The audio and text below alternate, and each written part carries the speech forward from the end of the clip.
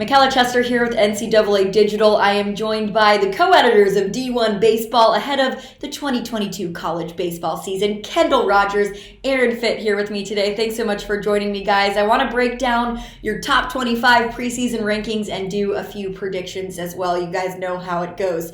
Let's start with Texas as the number one team in the nation. They finished 2021 as number 3. So what gives them the edge? Kendall, I'll start with you. I think the biggest thing when we look at Texas, and people forget this was a team that was a couple of outs or a couple of hits away from, advancing to the national championship series against Mississippi State. Of course, Mississippi State went on to win the first national championship for that program. But when you look at Texas, it has a lot of those pieces back. I mean, Ivan Melendez decided to spurn the pros to come back for another season at Texas. He's a big-time power guy in the middle of that lineup. Trey Faltini, Mitch Daly up the middle, behind the plate, Silas Ardoin. Then you look at the pitching staff, with Pete Hansen, Tristan Stevens coming back for another year, and then Tanner Witt moving from the back end of that bullpen to the Friday role. That's just a really loaded Texas team. And the other thing I really liked about this club in the fall, and I kind of made this point with our staff, is I really, really like the vibe of this team. It's a very business approach, but it's also a group that has a lot of fun. You can tell it's a really tight-knit group, and you kind of saw that a little bit in Omaha last year, I thought. And so I think Texas is kind of the complete product. There is not a part of this team that I look at and go, you know what, this really concerns me. Texas just doesn't have one of those things right now. Yeah, let's go through the rest of your top 5. Aaron, I'll go to you for this one. Ole Miss is really intriguing to me, jumping from 13 to that 5 spot heading into the season. Yeah, you're right. And this is a team that lost a couple of stars on the mound also. Doug Nikhazy, their ace, is gone. And, of course, Gunnar Hoagland, who they lost midway through last season, he's gone as a first-round pick. So probably people are wondering, why are we jumping this team up? And the reason is because they have an elite offense. Everybody is back from that offense last year.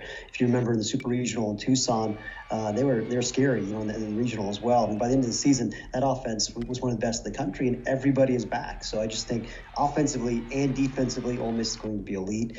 They did a good job in the transfer market, fortifying that pitching staff. And you've got a couple of emerging third-year talents like Derek Diamond and Drew McDaniel. They're going to count on those guys to help fill the holes on the mound in the rotation. So I do think they have enough pieces on the mound, but they're kind of like the 4 teams ahead of them here in the rankings. They're all SEC teams: Arkansas, Vanderbilt, Mississippi State, Ole Miss. All SEC teams that are, I think, stronger in the lineup than they are on the mound, but there's a lot of talent. All 4 of those teams have a lot of talent on the mound that just needs to establish itself. And obviously, we believe that's going to happen. That's why we rank them in the top 5.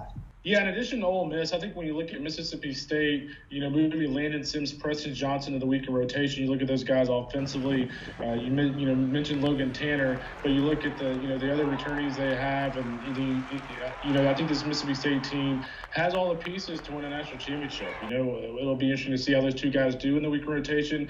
Does a guy like Jackson Fristow move in the rotation at some point during the season? But Mississippi State absolutely can repeat. I think when you look at Vanderbilt, a lot of people are going to talk about the loss of Kumar Rocker and Jack Leiter in the weekend rotation. Those are obviously big losses, but Christian Little's a guy with big-time upside. Carter Hogan is a first-year player they expect to be really good. And so Vanderbilt, again, has some pieces on the mound. They're going to be very offensive, with Carter Young and some others back. Enrique Bradfield, such an electric player. And then number 2, Arkansas is a really interesting team all of a sudden, because this is a club that we think is going to be really offensive.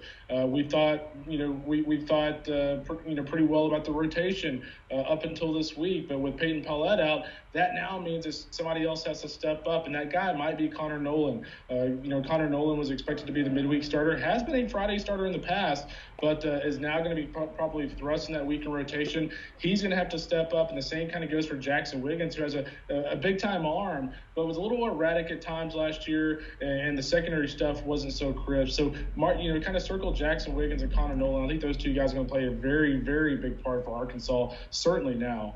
A lot of teams in your rankings finished 2021 unranked, which was surprising. You've got Oklahoma State, Florida, FSU, Georgia making a big jump this season. What did you guys see in the offseason that gave them that boost?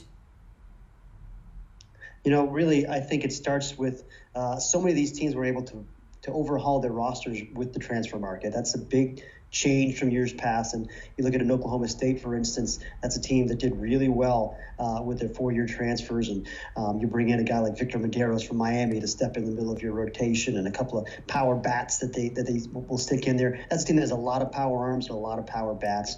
And then Florida State, I think is one of the best pitching staffs in the country, right up there with Texas.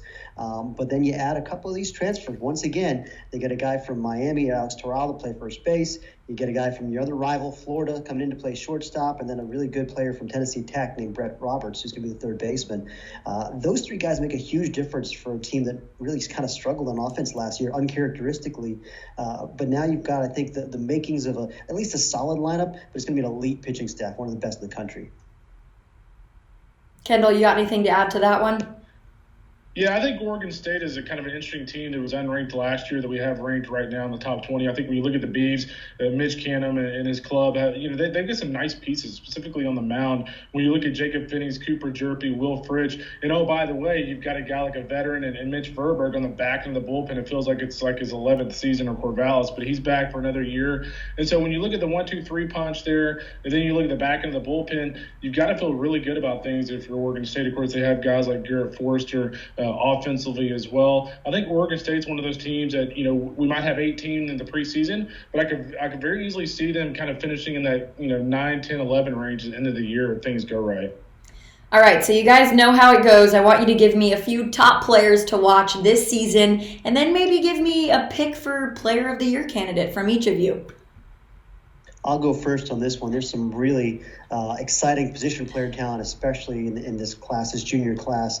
I look at Brooks Lee. I think he might be one of the best overall players in the country. He's the shortstop for Cal Poly, the son of their head coach, Larry Lee. So, he's a really, heady, typical coach's son, a lot of instincts. But he also, he can really hit. He can really play shortstop, and he kind of does it all. But the thing that's maybe holding him back in the Player of the Year discussion is, can he put up the same kind of numbers playing in the Big West, not really a big power hitting conference typically, and will his team be good enough, frankly?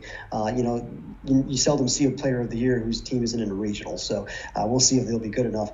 That's why I like Logan Tanner, Mississippi State. That's the guy I'm going to go with. He's the catcher for one of the best teams in the country, defending national champs. I think it's his time now. It's his team. They lost Tanner Allen and some of the other core pieces of that national championship club. But I think this guy can do it all. He's got a bazooka arm. He's got real power at his bat. And I think he's got a better hit tool maybe than people realize. So I think he's a top 10 pick in the draft, and that's my pick for National Player of the Year. Love those. Kendall, how about you? Logan Tanner's a great pick. I would say for teams kind of outside of the top 10, Texas Tech, one of those teams at 14 that I think if they finish in the top 5 or top 6, I think you have to look at Jace Young as probably a very much kind of a frontline Player of the Year candidate, because that would mean that he had a really good year. You're talking about a guy who had 17 home runs, 70-plus RBIs last year, Big 12 Player of the Year. He checks all the boxes. I think the other two guys to watch for me would be Dylan Cruz and Jacob Berry at LSU. I mean, LSU is one of those teams that will have one of the best offenses in college baseball this year. That means that one of those two guys, and probably both of them, are going to have great offensive campaigns there in Baton Rouge. So they're guys to watch as well. And I would keep an eye on Bob Moore at Arkansas. If Arkansas finishes the season number 1, number 2, plays for a national championship, big game Bob, there's no doubt he's had a great year at that point. All right, and lastly, I want to hear one under-the-radar team you guys have that you could see maybe making it to the College World Series. I'll take this one first too, Kendall. I kind of talked this team up in the fall, and that's Campbell. This is one of those programs that's been a consistent winner over the last 10 years. They've really become the class of their conference. And now, if you look at their club, they're loaded on the mound. I mean, really big-time arms, Thomas Harrington and Cade Kuehler in particular. Those guys could both be, potentially top 50 picks in the draft over the next 2 years. And then you've got one of the best shortstops in the country with Zach Neto. I mean, those are 3 big-time stars. There's good depth around them. It's a team that was in a regional final, last couple of years. They know how to get there. It's just a matter of getting over that next step. And I think this could be the year they do it. Yeah, and I'll go with Louisiana Tech. I think this is a Bulldogs team that if you look back at last year, they ended up losing NC State in that Ruston Regional that they hosted at home. But, Lane Burroughs has all three of his weekend starters back in Jonathan Fincher, Ryan Jennings, Jarrett Wharf. Those are three really accomplished and really good weekend starters. It's not often in Conference USA that you have a team with a rotation that is really solid 1, 2, 3. Louisiana Tech has that. I think they're going to have a good year. They have a lot of stiff competition in that league with Southern Miss and some others. But I think Louisiana Tech is going to have a great year. They could be back in that regional discussion again if things go as planned. Absolutely. Well, this is always so much fun. Kendall, Aaron, thanks so much for joining me and excited for a great 2022 college baseball season. Thanks.